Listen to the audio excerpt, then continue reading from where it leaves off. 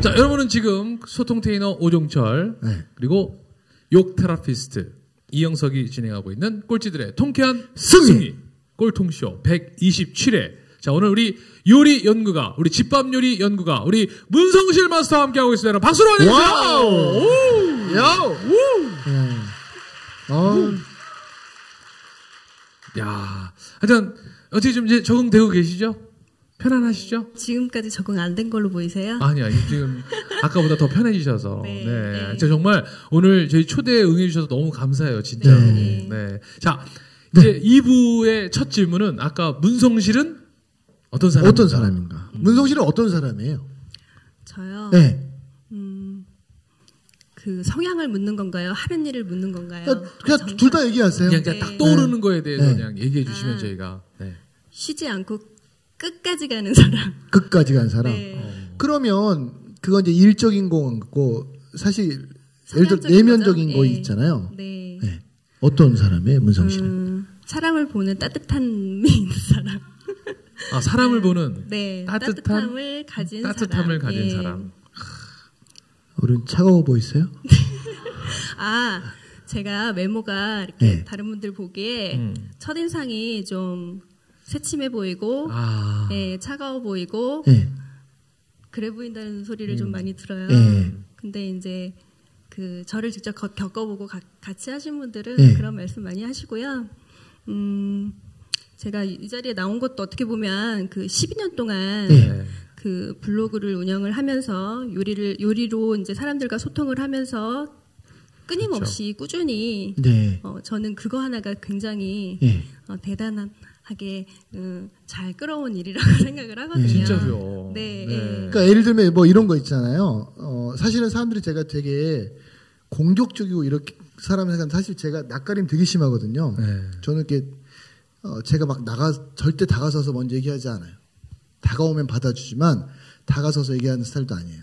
근데 이제 그거를 제가 야채를 파니까 감추려고 막 변하려고 노력한 것 뿐이에요. 근데 아직도 사실 내면에는 내가 다가서서 얘기하고 싶지 않고 내가 먼저 연락하고 싶지 않고 이런 스타일이거든요. 그러니까 그런 문성실은 어떤 사람이냐 궁금한 거예요. 그런 면에서요. 네. 저도 그래요. 저랑 같이 사실래요? 그러면 어떤 사람이야? 아까 그러면 얘기한 것 중에 네. 쉬지 않고 끝까지 해내는 사람이다. 네. 라는 거에 대해서 얼마나 쉬지 않고 정말 일을 하시길래. 제가 사실은 블로그를 운영을 하면서 많은 분들이 오시게 되니까 이제 사람들이 저의 그 모습들에 주목을 하시더라고요. 그래서 이제 제가 올리는 요리 네. 그리고 제가 올리는 기구 뭐 사용하는 이런 상품들을 되게 주목하시길래 제가 이제 그 상품을 판매하는 그런 공동구매도 했었죠. 네, 했었어요. 그래서 이제 그걸 사실 사업한 그런 사업을 하고 있어요.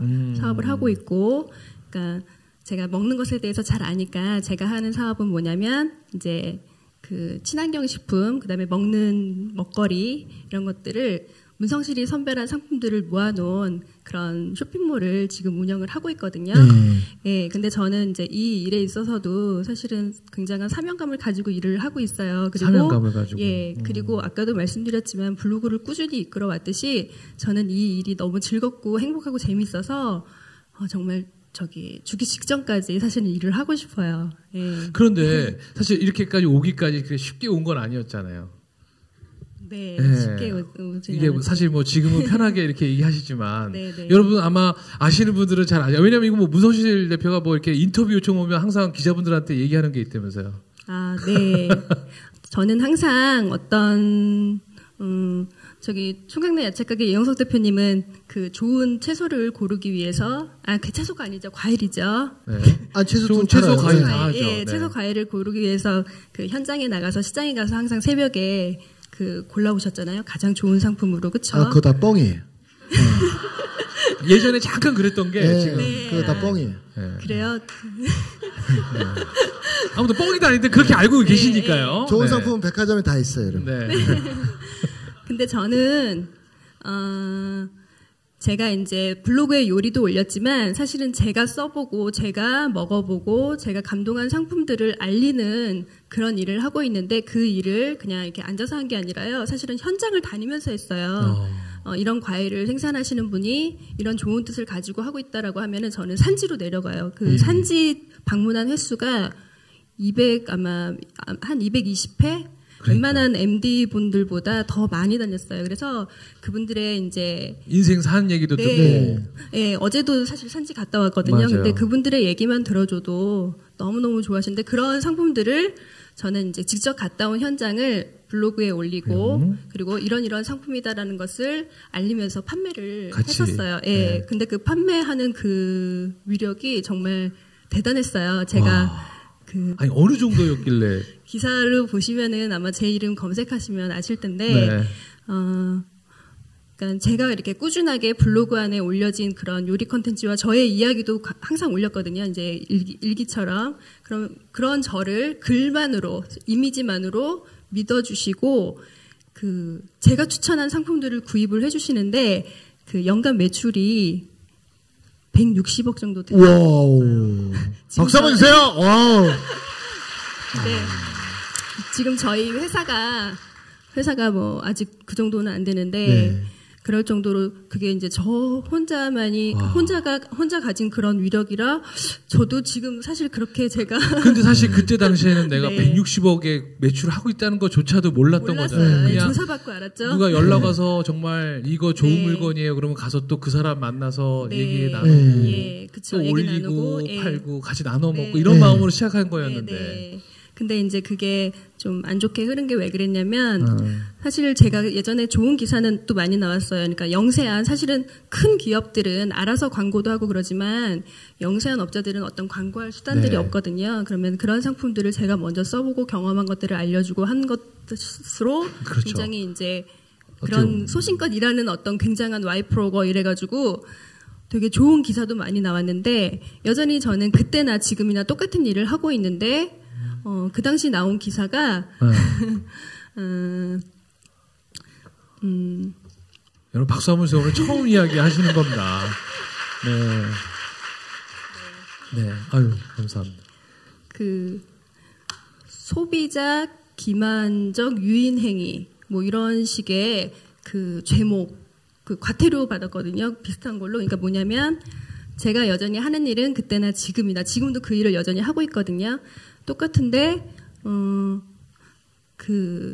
업체와 제목의 내용은 뭐냐면요. 이게 기사로도 많이 나왔어요. 그래서 제목의 내용, 저의 죄의 내용은 업체와 속이고 소비자들을 기만적으로 유인해서 그걸 통한 어떤 엄청난 뒷돈을 받았다. 뭐 이런 식의 기사였어요. 그래서 그런 기사들이 한번 나오기 시작하니까 뭐 엄청 올라오더라고요. 그래서 그때 굉장한 한번 이렇게 풍파를 겪고 4년 전 이야기예요. 풍파를 겪고 그 뒤로 이제 모든 저의 활동들이 블로그 활동 외에 제 사업 활동 위에는 다 이제 끊어졌어요. 제가 예전에 방송도 나오고 그다음에 맞아요. CF도 찍었어요. 네. 네. 한 번 딱 그러면 그 기사가 나왔을 때 마음은 어땠어요? 그러니까 아니 안 그런 거잖아요. 난 사실은 그런 마음이 그렇지 않은데. 아니었잖아요. 억울하잖아요. 네. 근데 억울한 마음도 사실 있었지만 너무너무 이제 저도 모르게 저의 어떤 뭐라고 해야 되나 그런 제가 가진 어떤 영역들이 커지니까 미리 사람들이 사실은 예감을 해요. 아, 나에게 이런 일이 있을 수도 있겠다라는 예감이 들어서 각오는 하고 있었어요. 그때 뭐가 그렇게 제일 힘들었을까요? 저는 항상 블로그 오시는 분들이 좋은 레시피 감사해요. 이렇게 네, 했던 분들이었을 네, 텐데 맞아요. 그 기사 나가고 나서는 분명히 네. 저희는 이제 연예인이니까 네.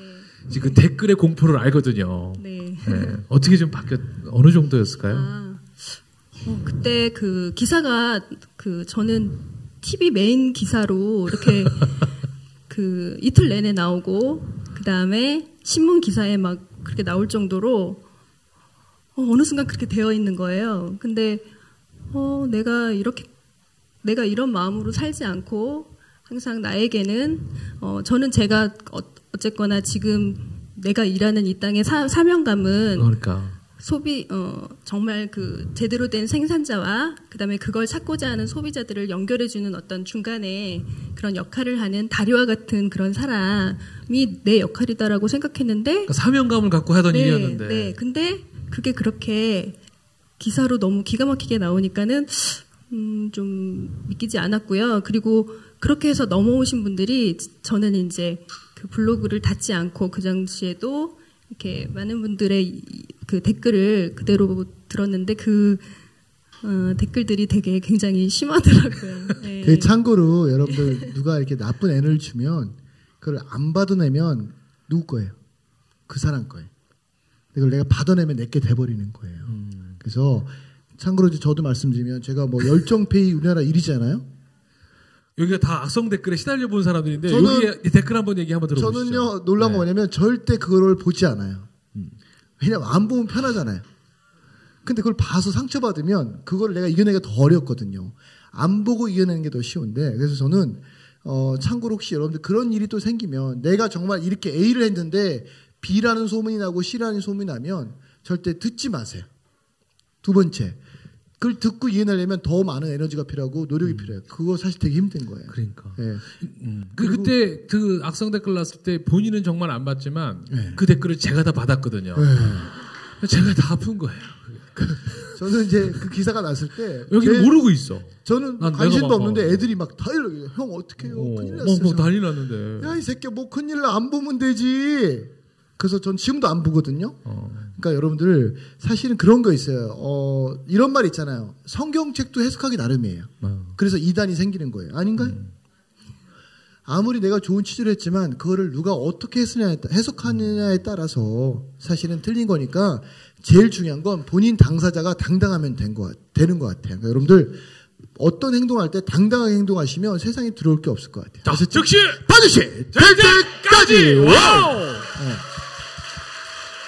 근데 이제 저 같은 경우는 5년 전에 저도 이제 약간 그럴 사건이 있어서 네. 저도 이제 시달리지만 저는 그때 다 받았던 사람이거든요. 네. 그래서 저는 이제 받은 사람의 마음을 어느 누구보다 알아요. 이게 안 봐야 되는데 계속 보게 되는 거 있잖아요.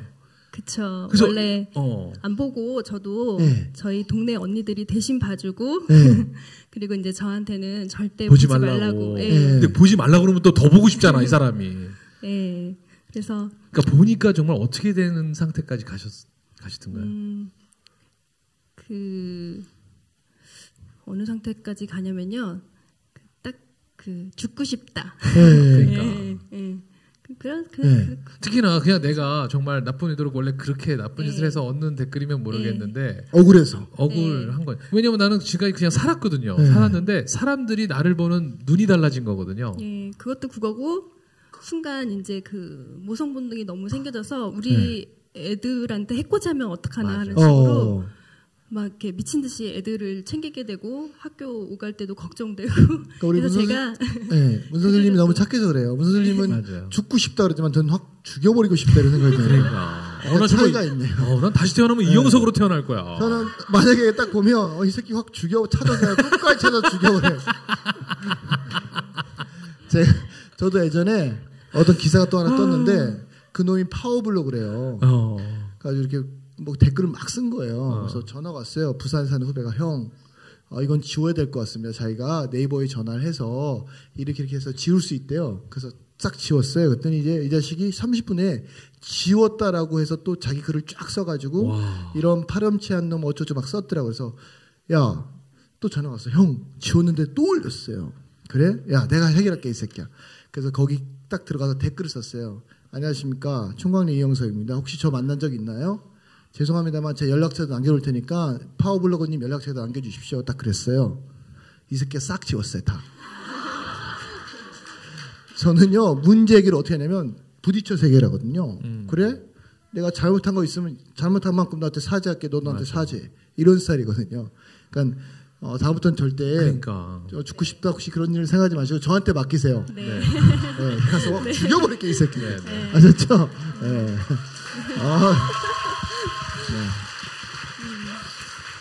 자, 그러면 그때는 우리가 이제 이영석 대표를 몰랐으니까. 그러니까 아니 알았었어요. 알았었는데. 저희 안지가 한 얼마나 됐죠? 10년 됐나요? 제가 네. 그 블로그 하면서 사실은 이제 블로그에 굉장히 이제 쉬운 요리 위주로 올리다 보니까 사람들이 많이 네. 좀 무시하는 분들이 계시더라고요. 네, 네. 그러니까 무시하는 말이 나오면 좀 오기가 생겨서 왜 나는 이 요리를 못해서 안 하는 게 아니라 네. 제가 사실은 요리를 8살, 9살 때부터 요리 해먹고 와. 살았거든요. 저희 네. 엄마 대신. 근데 이제 그 가끔은 이제 굉장히 칭찬해 주시는 분들도 많지만 그 자극적으로 저한테 넌 이걸 요리라고 한 거냐 뭐 이렇게 얘기해 주시는 네. 분들은 저에게 아주 선한 자극제를 주신 분들인 거예요. 네. 그래서 어떻게 하면은 이 난관을 극복할 수 있을까 생각을 하다가 네. 간 게 사실은 대학원이에요. 네. 예, 우리나라 사람들 학벌에 좀 약하니까 이제 대학원을 가서 네. 그 관련 학과를 졸업하자. 그래서 간 게 그때 이제 저희 같이 학교 동기였어요? 동기는 아니고요. 저는 대학원을 들어간 거고 이게 최고의 과정? MBA. 아니요. 저도 석사는 석사. 예. 예. 그때 제가 네. 저희 과제 중에 인터뷰 요청을 할 게 있어서 과감하게 네. 인터뷰 요청을 했더니 그때 별로 안 바쁘신지 네. 응해주셔서 그때 인터뷰를 하고 네. 예. 그래서 이제 제가 그 블로그 하면서 대학원 다니고 그다음에 관련 자격증, 요리 자격증도 다 따고 그래서 그 요리 연구가라는 타이틀 넣어도 될 만큼 그 요리에 대한 공부를 많이 했어요. 저 한간 남자에 연락 주세요. 알겠습니다. 예. 그래서 그러니까, 그때 알고 뭐 그랬죠. 예. 맞아요. 그러니까 그때는 이제 이렇게 날 대신 누굴 죽여줄 수 있는 사람이라는 걸 몰랐으니까. 몰랐죠. 예. 네. 그러면 그때는 내 스스로 그거를 어떻게 그러면 좀 그걸 이겨내셨어요? 지나치셨어요? 뭐 제가 그 블로그에도 올린 글이기도 한데 사람한테서 상처받은 거는 사람한테서 또 치유를 받아요. 그래서 지금 이 자리에도 저희 동네 언니 같이 와 있기도 한데 네. 어디 계세요? 어디 계세요, 동네 언니? 손 드세요. 우리 동네 저쪽에 네. 동네 언니. 언니가 대신 울어준 거예요. 그러니까.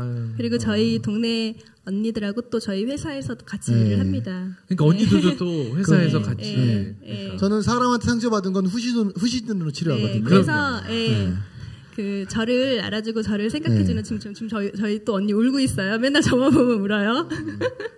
웃음 전도사인가 봐요. 그래서 되게 혹시라도 제가 뭔 일 벌일까봐 맨날 아침에 와가지고 잘 살아있나 챙겨주고. 박수 한번 주세요 우리 언니한테. 요즘 정말 저는 요즘 응답하라 1988 보면서 이웃 간에 동네에서 사실 그런 정이 사라진 지가 되게 오래됐잖아요. 근데 이렇게 정말 그때 시절의 언니 같은 분을 또 뵈니까. 또 얘기 나온 김에 하나 더 할까요? 그러니까 한 3개 더 하세요. 3개 더 하세요. 네, 막 하셔도 돼요. 저희 동네 저처럼 활동하는 또 블로그 하는 언니가 있는데 그 언니가 이제 뉴저지로 남편 따라서 이제 가고 지금 저 언니랑 같이 일을 하고 있는데 이제 제가 회사 오너거든요.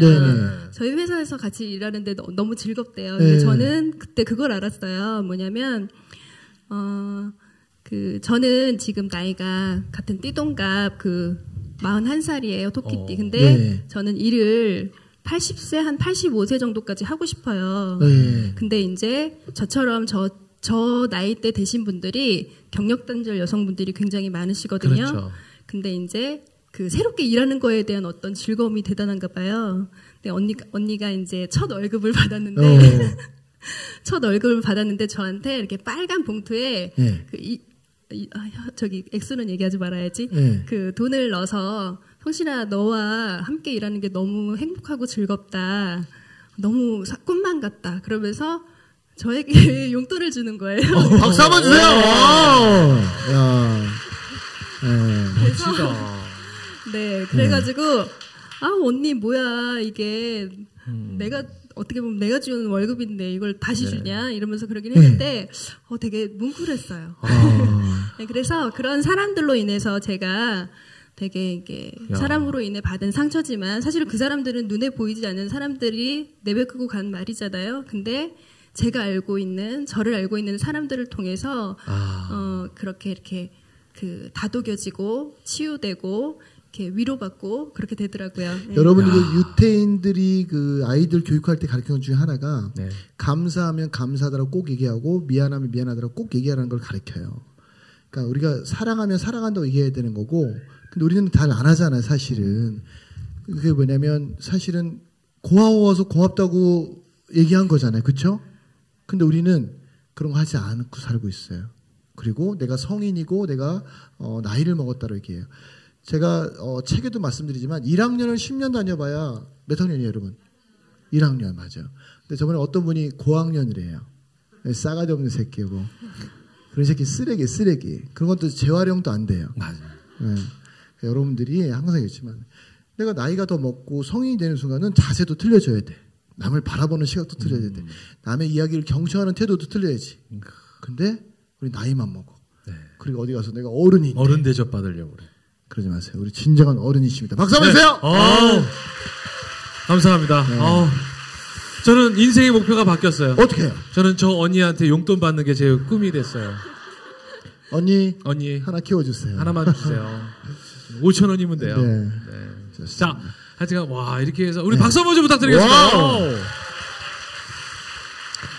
근데 우리가 살면서 네. 우리 사실은 문성실 우리 님이 더 성장하는 계기잖아요. 근데 그거 아세요, 여러분들? 내가 어려져 보면 정말 내 옆에 남는 사람과 떠날 사람이 딱 구분돼요. 네.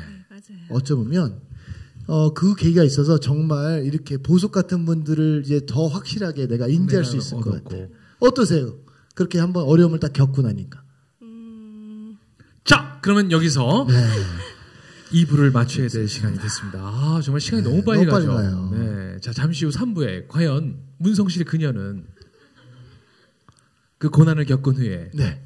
무엇을 더 크게 얻었는가를 네. 함께 청해 듣도록 하겠습니다. 잠시 후 3부에 뵙겠습니다. 즉시 반드시 될 때까지 와우!